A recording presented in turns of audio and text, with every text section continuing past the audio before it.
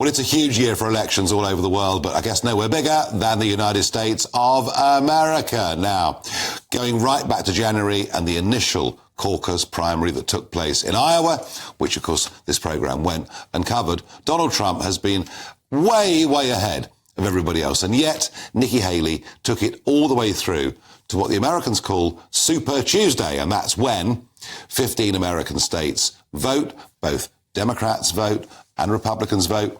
And it turns out that Nikki Haley did win Vermont, I suspect because those that could vote in Vermont were not just registered Republicans, and I guess a load of Democrats turned up to say 2 fingers up to Donald Trump, but Trump won the other 14. And it's all over. Nikki Haley has pulled out. She won't endorse Donald Trump, although she did wish him good luck. So Trump is there. Trump is going to be the Republican candidate.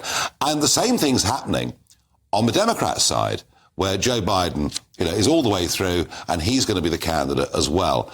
Super Tuesday used to be in the past something that was really, really tense and exciting. But Ari Aramesh, lawyer and Democrat strategist, who joins me now down the line from the USA. I mean, in some ways, Ari, this was the most boring Super Tuesday ever, wasn't it? Quite predictable.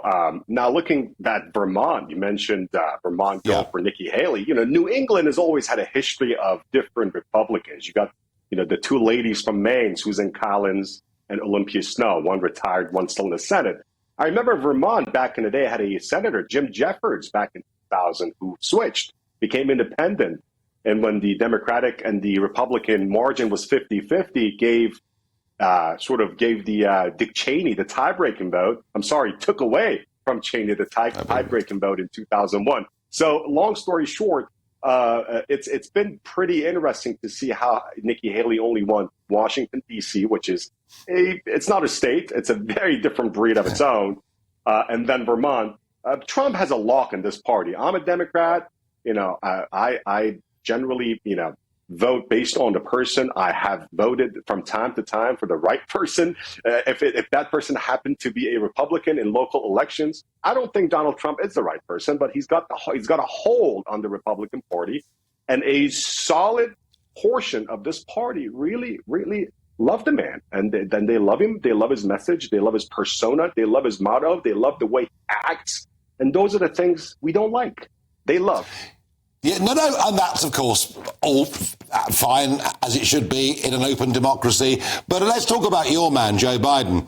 A very large percentage of America, including at least half of Democrats, deeply concerned about his age, deeply concerned about signs of cognitive decline. There's no denying that, whichever way we are.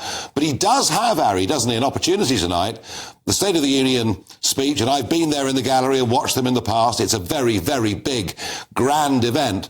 But the sort of mood music we're getting is that it'll be used tonight by Biden to put up taxes on businesses and individuals. And I just wonder, is that really the right message? I just want to make sure he doesn't go off script because when he starts mumbling, and I voted for Biden, but we don't. It's not a Democratic Party, at least these days. Since it's not a cult of personality, it doesn't matter if it's Biden or somebody else. I want a strong Democrat who can win, and I have doubts about President Biden's chances come this election. First of all, second.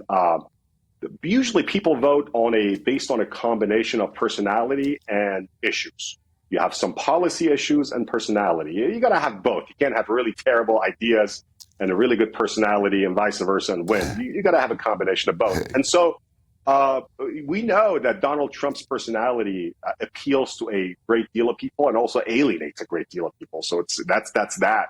And we also know where his statistical dead ends are. Joe Biden, a lot of us, Democrats and a lot of independents, didn't vote for him because we loved him.